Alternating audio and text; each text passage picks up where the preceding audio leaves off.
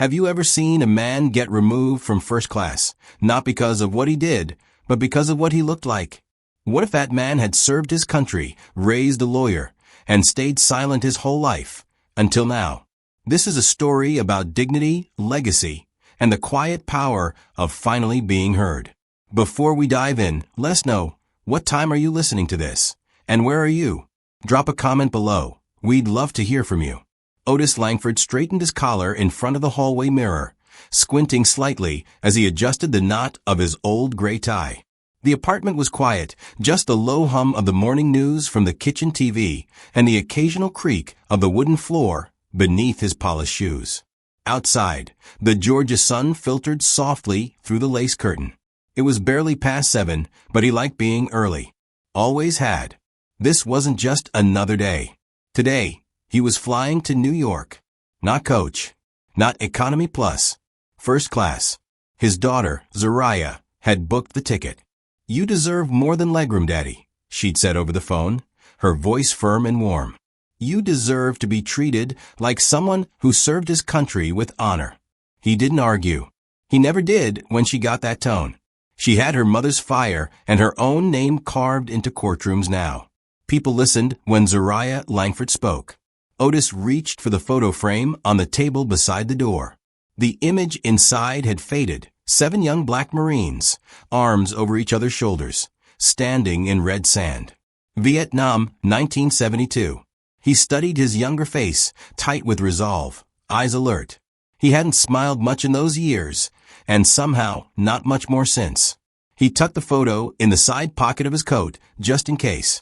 At Sable Sky Terminal, the morning rush was just kicking in.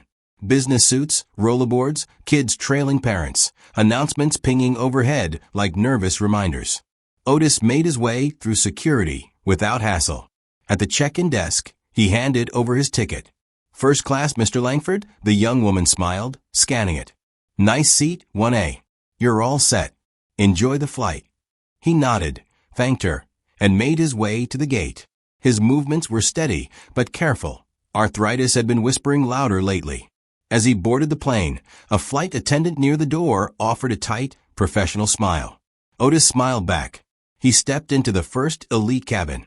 Before he could sit, another flight attendant approached, a white woman in her 40s, tall, slim, perfectly composed. Her name tag read Margot. She looked him up and down, not rudely, but not warmly either. Her voice was crisp. "Sir, this section is reserved for first-class passengers." Otis tilted his head slightly. "I believe that's me," he said, offering the screen on his phone. "Seat 1A. She didn't take the phone. She glanced at it quickly, then back at him. "Can you wait here for a moment? I need to verify this with security." There was a pause. A passenger behind Otis cleared his throat. Another shifted uncomfortably. Otis remained where he was, lips pressed together, hands slowly lowering the phone. His grip tightened just slightly on the strap of his carry-on. "Of course," he said quietly. Margot stepped away, radioed someone. He heard words like confirmation, unusual ticket use, and possible seat reassignment. Not loud, but not hidden either. When she returned, she didn't look him in the eye.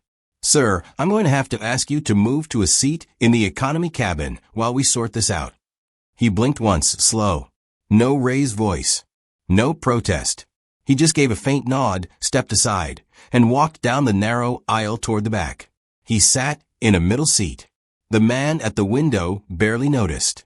A woman beside him shifted to make space. Otis placed his bag under the seat and looked out the window, though there was little to see. The engines began to hum. The doors closed. No one ever told him what the issue was. No one ever said, "I'm sorry." As the plane lifted into the sky, the light streamed across his face, but he didn't close his eyes. Back in New York, Zariah tapped on her phone, checking the flight status. "In the air," she whispered to herself, smiling. She pictured her father leaning back in the big, plush seat, sipping ginger ale, and nodding politely to a flight attendant. What she didn't know, what she couldn't know, was that her father, Otis Langford, was sitting stiff-backed in the very last row of the plane, and that the ticket she gave him, a gift born of pride and love, had just been turned into something he wouldn't know how to explain. Otis let the apartment door click shut behind him, the sound echoing faintly in the stillness. The familiar scent of cedar oil and old books greeted him like a quiet friend. He slipped off his shoes by the entryway, then reached for his jacket collar, easing it off carefully before hanging it by the front closet. His fingers hesitated for a moment on the fabric, just long enough to feel the weight of the day still clinging to it. He shuffled into the kitchen and set the kettle on the stove, flipping the switch without thinking. The same motions every afternoon. As the water began to heat, he opened the cabinet above the sink and reached for the small tin of chamomile tea bags. The one Zariah had sent him last Christmas. "So you won't just be drinking instant coffee and stubbornness," she'd said, smiling through the video call. He sat at the small kitchen table, the one by the window, and stared at the opposite wall. There it was, the medal, mounted above a photo, black and white, slightly askew in the frame, Otis and his unit, standing in the heat of a foreign land. Mud on their boots, fire in their eyes. He remembered those days not with nostalgia, but with a sort of reverent ache. Every man in that photo had earned something no one could ever give back. Yet here he was, decades later, still needing to prove he belonged. The kettle whistled softly, and he poured the water, letting it steep. He didn't check his phone, didn't turn on the news. The silence sat with him. Familiar, heavy, but not unkind. Then the phone rang. Zariah. He let it buzz twice before answering. "Hey, Daddy. Just wanted to check. How was the flight?" Otis cleared his throat. Smooth. Clear skies most of the way. "Did they serve anything decent? Or did they hit you with the usual soggy sandwiches?" He gave a dry chuckle. "Didn't eat much. Wasn't that hungry." There was a pause. She caught it. "Wait. Did they not serve the meal in first class?" Otis hesitated. "Thing is, I didn't end up sitting there." Another pause, sharper this time. "What do you mean? You had a first-class ticket." "I did. There was just a mix-up. Nothing to fuss about. They asked me to move seats while they checked something, and I figured it wasn't worth making a scene." Zariah went silent on the line, but Otis could picture the look on her face. The same one she wore in court when someone tried to outmaneuver her with polite racism and vague policies. "A mix-up," she finally said, her voice flat. Otis tried again. Could have been anything. Maybe the system didn't update properly. The woman just wanted to double-check. Zariah's voice tightened. "What woman?" "The attendant. White. Early 40s, I think. Blonde hair, tied back tight. Called herself Margot." Silence again. This time longer. Otis swirled the tea bag in his mug. "Daddy," Zariah said slowly, "are you telling me someone looked at you, in a suit, with a first-class ticket, and decided you didn't belong there?" He didn't answer right away. Just leaned back, let the chair creak a little beneath him. Then he said, "Zariah, sometimes people don't say it. But, you know, you've known since you were a little girl." She exhaled, sharp and pained. "And you just let it go?" "I've let worse things go," he said gently. "I didn't want the trouble." She didn't raise her voice. She didn't have to. "That's not the point," she said. "You weren't the one who caused the trouble." He nodded, even though she couldn't see it. "I know." There was a shift in the air then, subtle but real. Zariah's mind had moved from daughter to litigator. She was no longer asking out of concern. She was preparing. "Margot Reeves," she muttered. "That name sounds familiar." Otis looked up at the wall, at the photo. Then down at his tea, still untouched. "You're not going to let this go, are you?" "No," she said. "I'm not." Another pause. "Then I guess I raised you right," he said. Zariah didn't laugh. She was already tapping away on her keyboard. 10 minutes later, she called back. "I found her," she said. She was mentioned in an internal complaint 2 years ago. Same airline. Another black passenger said she treated them like a criminal when they tried to switch seats for a medical reason. The case was buried, settled quietly. Otis closed his eyes. "She's not new at this," Zariah added. "She's just never been held accountable." His fingers tapped the table slowly. Not angry, not bitter, just tired. "Sometimes," he said, "the more you try to rise, the more the world reminds you where they think you should stay." Zariah didn't respond for a moment. Then she said quietly but firmly, "Then maybe it's time the world got reminded who raised me." Zariah Langford sat at her desk in the corner office of Langford Justice Associates, a firm she'd built from grit and long hours and the fire that ran straight down her spine. The skyline of New York stretched behind her, blurred by the early evening haze. But her eyes were on the laptop screen in front of her, not the view. Her fingers tapped keys quickly, efficiently. Search terms, legal archives, passenger complaints. She pulled up a list of incidents tied to Sable Sky Air, some public, most buried in legal language that only people like her could untangle. And there it was, a formal grievance from 2 years ago. A black woman traveling with her elderly mother had been accused of tampering with seating protocols after asking to switch to an empty row for health reasons. The attendant involved? Margot Reeves. Zariah leaned back in her chair, the leather creaking softly. She exhaled through her nose, jaw tight. This wasn't an isolated error. It was a pattern. It was a stain no one had bothered to scrub. She picked up her phone and called the corporate line for Sable Sky Air. "This is Zariah Langford. I'm contacting you regarding an incident on Flight 2163 out of Atlanta. Passenger Otis Langford, my father, was denied his first-class seat without cause." The woman on the line didn't even flinch. "We are aware of the situation. Our records indicate the matter was handled appropriately. The passenger was reseated for verification purposes."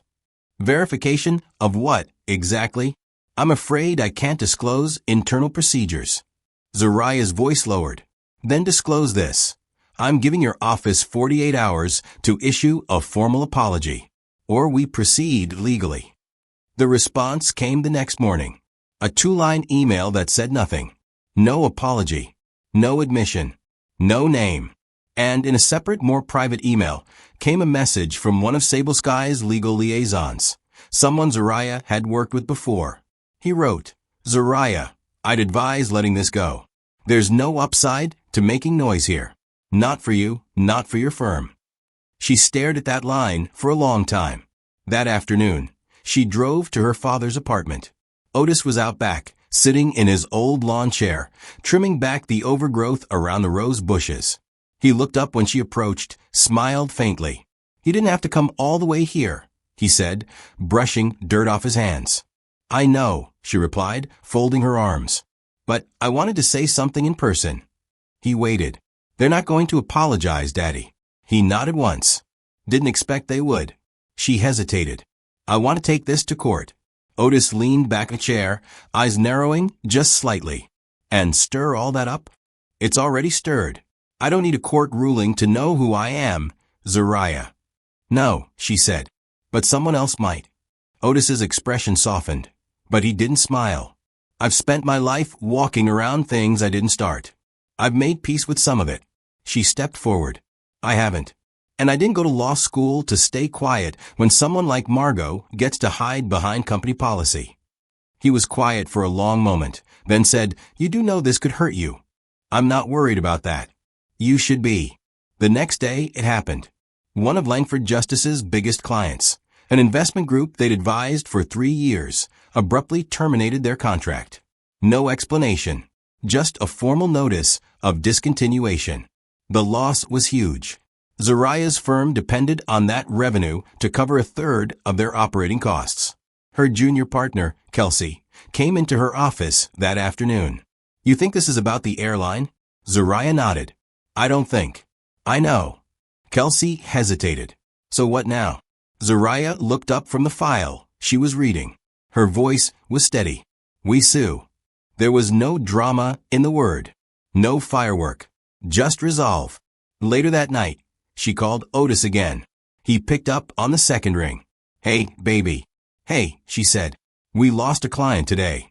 He didn't respond right away. "I'm going ahead with the case," she continued, "even if more pull out." Otis was silent for a moment. Then he said, "I didn't raise you to be reckless." She let out a breath. "You raised me not to be afraid." He chuckled. "I suppose I did." Another pause. "I don't need a win," he said quietly. "I just want peace." "And I want truth," she replied. They don't have to be separate things. Otis leaned back in his chair, eyes scanning the same stars that had followed him from foxholes to front porches. Then you go get it. The email came without a subject line. Just a simple message from a Gmail address Zariah didn't recognize, sent to the general inbox of her firm. At first glance, she almost deleted it. But something made her click. There was a short message inside. I was there. I saw what they did to your father. People like that shouldn't keep getting away with it. Attached was a video file, less than a minute long. She closed her office door before hitting play. The footage was shaky, clearly filmed with a phone tucked low, but it was clear enough. Otis was standing in the first-class aisle, suitcase still in hand. Margot Reeves stood in front of him, arms crossed, face tight with judgment. Her voice wasn't loud, but cut through the air like a knife. I don't care what his ticket says, she said. We have a standard to maintain in this cabin. Then, as Otis began to respond, her voice sharpened. We have an image to protect. If you don't like it, you're welcome to contact customer service after the flight. The clip ended there. Zariah leaned back in her chair, her pulse steady but hot beneath her skin. Her jaw clenched as she replayed the video silently, again and again, watching the same injustice unfold in less than 60 seconds. It wasn't just humiliating. It was systemic, calculated, and now it was on record. But with that came a weight she hadn't expected. Later that day, during a call with her firm's partners, someone brought up the video. Zariah, said one of the senior members, that footage, it's going to stir things up. You know that, right? I'm counting on it. That's not what I mean. If this becomes public, the airline will fight back hard. They'll try to discredit your father. You, the firm. I'm aware. There was a pause. Then the partner added, if you move forward, the board has voted. We'll be distancing ourselves. No press. No court involvement. This'll be your battle alone. She hung up the call and stared out the window for a long time. Alone wasn't new to her, but it did hit different when it came from people she thought would stand beside her when it mattered most. A few hours later, she called Otis. He answered with a quiet, familiar, hey baby. I got a video, she said. Of me. Of her. What she said. What she did. Otis didn't speak. There's more, she added. The firm's pulling back. They don't want the heat. Still, he said nothing. And if the video goes public, she continued, they might spin it. Say you were aggressive. That you were causing a disturbance. He gave a dry chuckle. Is that what I looked like? A threat? No. You looked like someone being told he didn't belong. There was another long silence between them. The kind only fathers and daughters can sit in without needing to fill. Then she asked the question she had been turning over all day. If I lose, if everything goes sideways, and people turn on us, would you regret letting me go through with it? Otis took his time answering. Zariah, I've lived through wars, both with bullets and without. I've stood at gates that weren't meant for me, sat in rooms where no one wanted me. And I've walked away from more fights than I ever wanted you to see. She listened, not interrupting. But this one, he said, this one feels different. Because it's not about me trying to get in. It's about you standing up when someone says we still don't deserve to be here. He paused, then added softer, I'm not afraid of the world turning. I've seen worse. But I'm proud that you won't let it turn without a fight. Zariah felt the weight in her chest shift slightly. Not lighter, but sturdier. I'm filing the lawsuit in the morning, she said. Then do it with your head high, he replied. No shame. No hesitation. And that was it. The next day, Zariah Langford stood in the foyer of the New York County Courthouse and submitted the formal paperwork. The lawsuit named Sable Sky Air and Margot Reeves directly. It wasn't just about a ticket. It was about dignity, about accountability, about every quiet room where someone had been told without words that they didn't belong. As she stepped back onto the sidewalk, the city bustled around her like it always did. But inside, something had shifted. This wasn't just her father's battle anymore. It belonged to every man and woman who had ever been made to feel invisible while holding proof of their worth in their hand. The courtroom at the New York Civil Rights Courthouse was colder than Otis expected. Not physically cold, just quiet in a way that got under the skin. Everything was polished and official, but nothing about it felt welcoming. Rows of wooden benches, the faint scent of paper and old carpet, the shuffle of people moving in and out like background noise. Otis stood near the front, his hands folded in front of him, eyes steady but distant. He wore a navy suit Zariah had picked out for him, subtle, respectful, pressed sharp. But no matter how well it fit, he still felt out of place, like a man trying to blend into a room built for someone else's comfort. Zariah was a few steps away, all focus and fire, in a black blazer and heels that tapped softly against the tile. She wasn't nervous. At least, not outwardly. She'd done this before. Many times. But this time was different. This time, the name on the court docket matched the one she'd carried her whole life. Otis Langford versus Sable Sky Air. And seated across from them, with their team of polished attorneys, glossy binders, and calm, blank faces, were the airline's representatives. At the center of it sat Margot Reeves. Hair tied tight, lips pressed thinner than necessary. Her posture never wavered. The trial began. Opening statements came first. Sable Sky's counsel was smooth, experienced, and confident in his tone. "This case," he said, "is not about race. It's about protocol. It's about preserving the experience that Sable Sky promises to its premium customers. Our flight attendants are trained to recognize when something feels out of alignment. They're allowed to ask questions. And in this case, they did." He paused for effect, then added, with a glance toward Otis, "There was no intention to humiliate, only to verify." Zariah rose calmly when it was her turn. "My father had a valid ticket. First class. Paid in full. No policy was broken.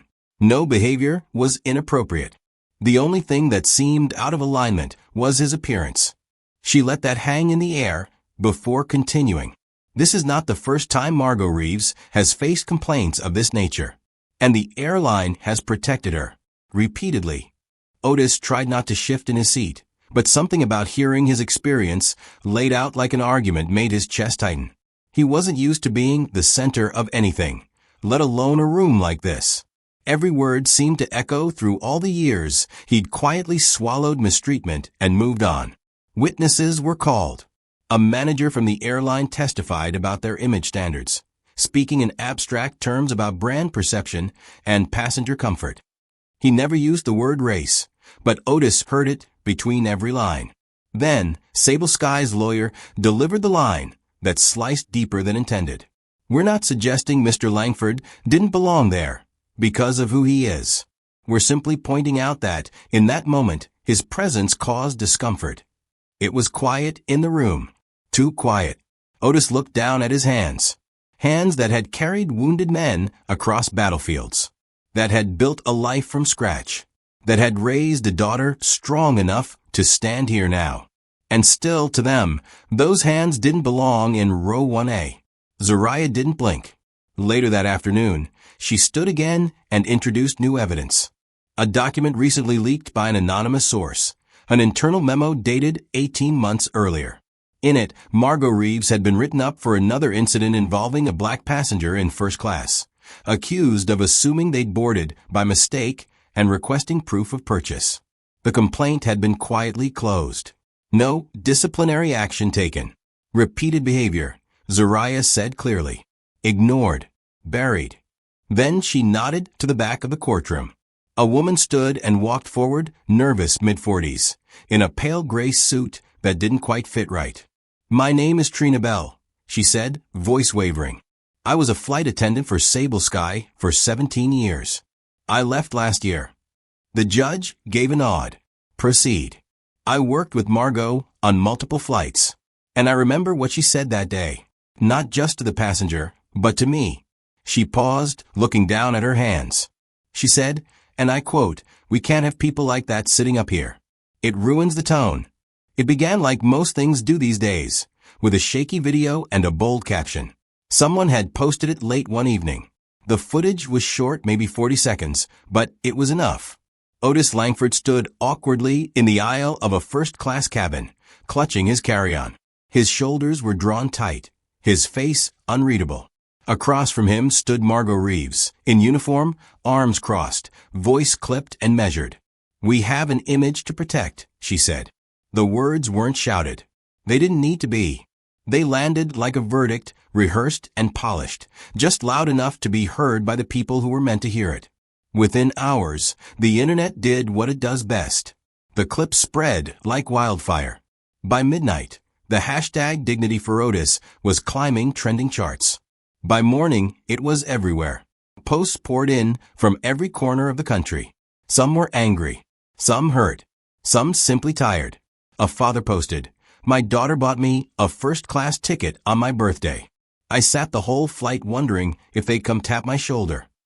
Another wrote, "They called me sir until they saw my seat number. Then it was, 'Excuse me, are you sure you're in the right place?' And over, the same refrain. I've lived this." Zariah saw it all. Her phone buzzed through the night, notifications blooming like wildflowers and wildfire both. She read the comments in the courthouse cafeteria the next morning, one hand wrapped around a paper coffee cup, the other scrolling slowly. She leaned across the table and turned the screen toward her father. "Look," she said. "Look what's happening." Otis stared at the screen. His eyes weren't made for the tiny fonts and fast pace of digital life. But he didn't need to read every word. He understood what he was seeing. People were standing beside him, saying his name, telling their own truths through his. He reached out almost absently and tapped the phone screen, once soft and certain. Not to click anything, just to acknowledge it. Back in court, things had changed. You could feel it in the air, the way the jury paid closer attention, the way the judge's gaze lingered a little longer on every word. Even the opposing counsel seemed a bit more careful. Their tone clipped less with certainty and more with caution. But Sable Sky's attorneys weren't backing down. They adjusted their strategy. They painted Otis's silence on the plane as consent. He didn't raise his voice, one attorney said. He didn't file a complaint that day. He simply accepted the seat change. They implied, without ever saying it outright, that if it had truly mattered to him, he would have fought back. Zariah let them talk. When they were done, she rose. She didn't pace, didn't raise her voice. She walked slowly to the jury, every word deliberate. "My father didn't yell," she said, "because yelling doesn't always keep you safe." She turned to face the jury fully. Sometimes, silence isn't about agreement. It's about survival. She paused. Then, turning toward her father, she said gently, "Mr. Langford, would you like to speak?" The room held its breath. Otis shifted in his seat, slowly rising. His knees protested, decades of labor and war etched deep in the joints. But he stood without hesitation. The walk to the witness stand felt longer than it was. When he sat, he adjusted the microphone with calloused fingers. "I served this country for over 20 years, he began, voice low but steady. "I've seen battle, lost friends, buried brothers." He glanced toward Zariah. "I came home to raise a girl who would go on to fight a different kind of war." He looked toward the jury now. "I wasn't thrown off that plane because I did anything wrong. I was asked to move because someone looked at me and decided I didn't belong." He paused, breathing evenly. They didn't see a father, a veteran, a man. They saw someone out of place. And that's what hurt. Not the seat, not the words, but the decision that I wasn't the right kind of person to sit where I was sitting. Another pause. "All I've ever asked for is to be treated like a man." No one moved. The judge leaned forward, hands laced. "This courtroom," she said, not reading from her notes, "isn't just here to determine whether a man was asked to move. It's here to ask something bigger. Do we still expect some people to earn respect while others inherit it by default?" Otis closed his eyes, just for a second, then opened them. He exhaled, long, deep, and full. The jury hadn't ruled, but the balance had shifted. This wasn't about airline policy anymore. It was about recognition, about the right to take up space without question. It was about who gets to sit, who gets to speak, who gets to matter. By the time the courtroom doors opened, there was already a line stretching down the hallway. It wasn't just reporters anymore. Not just legal interns scribbling into notebooks. People had come from across the state, some even further. A retired bus driver who'd never stepped into a courthouse. A teenage boy with his father's dog tags around his neck. A woman who worked baggage claim at the Atlanta airport. Nobody handed out invitations. They came because they saw themselves in the story. In Otis. In Zariah. In the silence that had finally broken. Inside, the benches filled early. There was no whispering, no shifting, just a heavy, almost sacred kind of stillness. The kind that comes when everyone understands they're watching something that might actually mean something. Zariah stood by her table, composed as ever. Her hands were loosely clasped in front of her, her breathing slow and intentional. The black blazer she wore wasn't new, but today it felt like armor. Not to protect herself, but to protect the voice she now carried for others. Across the room, Margot Reeves sat in silence, her counsel on either side. Her eyes were downcast, her lips pressed into a line. The confident posture she once held, shoulders back, chin high, was gone. She looked not defeated, but exposed. Seen for the first time without a uniform to hide behind. Then the judge entered. The gavel struck once. And just like that, the room hushed. This court finds, the judge began, voice calm and deliberate, that Sable Sky Air failed to act in accordance with its own non-discrimination policy and did, in fact, subject the plaintiff, Mr. Otis Langford, to unequal treatment on the basis of implicit racial bias. There were no gasps, no dramatic outbursts, just silence, thick and palpable. And then, like a slow breath held too long, the weight released. The ruling continued. The defendant, Sable Sky Air, is hereby ordered to issue a formal public apology to the plaintiff. The court also mandates monetary compensation for emotional and reputational damage, and the implementation of mandatory anti-bias and civil rights training for all frontline staff within 90 days. Zariah didn't smile. She didn't look triumphant. She turned and met her father's eyes, and that was enough. No fist pump. No tears. Just a silent exchange between two people who had walked through fire, not to be praised, but to be heard. Otis nodded back. Once. Slow. Proud. The courtroom began to stir as people rose to leave, but even in the hallway, people didn't talk loudly. They whispered. Shook hands. Some touched Zariah's shoulder in quiet solidarity. One elderly man simply tipped his hat at Otis and walked away. The news trucks outside caught the ruling within minutes. The anchors read the decision like it had been waiting its turn. A moment owed, finally paid. But the moment that mattered most didn't happen in front of cameras. It happened a week later, at a small veterans hall tucked in a quiet corner of Atlanta. No marble floors. No camera flashes. Just folding chairs, homemade cookies, and urns of coffee that had been brewing since dawn. A few dozen people came, not for spectacle, but to celebrate. To acknowledge a man who, by standing still, had shaken something loose in all of them. The MC, a soft-spoken woman in her 60s, took the mic and smiled warmly. Today we honor not just a veteran, she said, but a man who reminded us that dignity doesn't have to be loud to be powerful. She looked toward Otis, a man who stood when it was easier to sit, a father whose voice echoed beyond his own name. Please welcome Mr. Otis Langford. Applause rose. Not sharp or rowdy, but full, familiar. Otis stood, taking his time. His suit jacket hung straight, his steps firm. Every footfall felt like the end of a long march. He approached the microphone and took a breath. I appreciate the kind words, he said, his voice even but carrying. But I'd like to make a correction. The room quieted. I'm not just a courageous father. He looked slowly across the room, then toward Zariah, standing off to the side, her eyes glistening, lips pressed together. My name is Otis Langford, he said. United States Marine Corps. Service number 09612.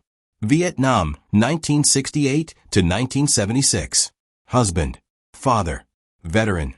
He paused. And I'm not quiet anymore. For a long moment, no one moved. Then one person stood and began to clap. Then another. and another. The applause didn't explode. It swelled, like water rising, steady and deep. Not a celebration of victory, but a recognition of presence. Of someone who had refused, finally, to shrink. Otis stepped back from the mic, nodded once, and returned to his seat. He didn't need to say more. For years, he had sat in rooms where he was expected to stay silent, where his presence was tolerated but never truly seen. But today, he had spoken his full name, not to ask for permission, but to reclaim his place. A week after the ruling, Sable Sky Air released a public letter of apology. It was formal, neatly worded, posted on their website and across their social channels. They acknowledged their failure. They announced a new employee training program called Respect First. They said they were committed to listening, learning, and growing. Otis read it once. Then, again. Sounds like a lawyer wrote it, he said, sliding the laptop back across the table. Zariah sat across from him, sipping lukewarm coffee. That's because one did. He chuckled. Figures. Margot Reeves was no longer with the airline. That part made the headlines. In an interview with a morning news show, she gave a careful statement. I was following company procedure. I never meant to offend anyone, she said. Her expression was rigid, almost rehearsed. Sometimes, things get taken the wrong way. Otis didn't watch the full clip. He turned the television off before it ended. He didn't need to see it. He already knew the kind of apology that came from people who didn't believe they'd done anything wrong. Meanwhile, Zariah's inbox overflowed. Invitations to speak at conferences, panels, legal forums. Organizations called her a beacon for community justice. But most of the time, she said no. I didn't do this to be celebrated, she told a friend over the phone. I did it because my father was humiliated, and I couldn't let it stand. That's not heroism. That's just family. She accepted one award. Just one. She brought Otis with her and let him hold the plaque. Back in Atlanta, things were quiet again. The media moved on. The case faded from trending topics. But inside their small world, something stayed changed. One afternoon, Otis pulled the old photo of his unit from the wall. The frame was dusty, glass smudged. He set it down on the dining table, grabbed a rag, and began cleaning the edges. Slowly, carefully, like he was touching time itself. Zariah joined him with 2 mugs of tea. He looked up as she sat down. Haven't seen you touch that picture in years, she said softly. He nodded. Felt like it was time. She glanced at the image, the young faces in black and white, full of fight and hope and dirt. They'd be proud of you, you know. I hope so, he said. They sat quietly for a moment, the kind of quiet that settles in when nothing needs to be said right away. Then she asked, Do you still feel angry? Otis smiled, but not sadly. Not really, he said. Because this time, I wasn't the only one who felt it. Later that week, a letter arrived in the mail. Handwritten, postmarked from a small town in Ohio. The envelope was wrinkled. The handwriting wobbly, like someone still learning the rhythm of a pen. Dear Mr. Langford, my name is Malik. I'm in the 8th grade. I saw you on the news. My mom said you were brave. I think so too. I want to be a lawyer like your daughter. I didn't know we could do that. I'm not going to be quiet anymore either. Sincerely, Malik Jackson. Otis stared at the letter a long time. He read it again out loud, just once. Then he took an old brass thumbtack from the drawer and pinned it on the wall, right beside his military medals. No frame, just paper. But to him, it weighed just as much. That evening, he and Zariah sat on the back porch. The breeze was gentle, carrying the scent of cut grass and the faint hum of life beyond their quiet block. Zariah rested her mug on the armrest and looked out over the yard. Do you ever wish, she asked, that you'd spoken up sooner? Back when it first started happening. Otis didn't answer right away. Then he said, Yeah, I do. He looked at her, older now, sharper, but still that little girl who used to fall asleep on his chest during TV marathons. But if my silence helped shape your voice, he continued, then maybe it wasn't wasted. She didn't speak. She just reached over and took his hand. The sun dipped lower, casting gold across the porch floor. Somewhere in the neighborhood, A screen door creaked open, a radio played faintly, a car passed with the windows down. And in that quiet moment, Otis Langford didn't feel invisible anymore. Not because he'd sat in first class, but because someone finally stood up and said, he has a name, he has a history, he has worth, and his name is Otis Langford.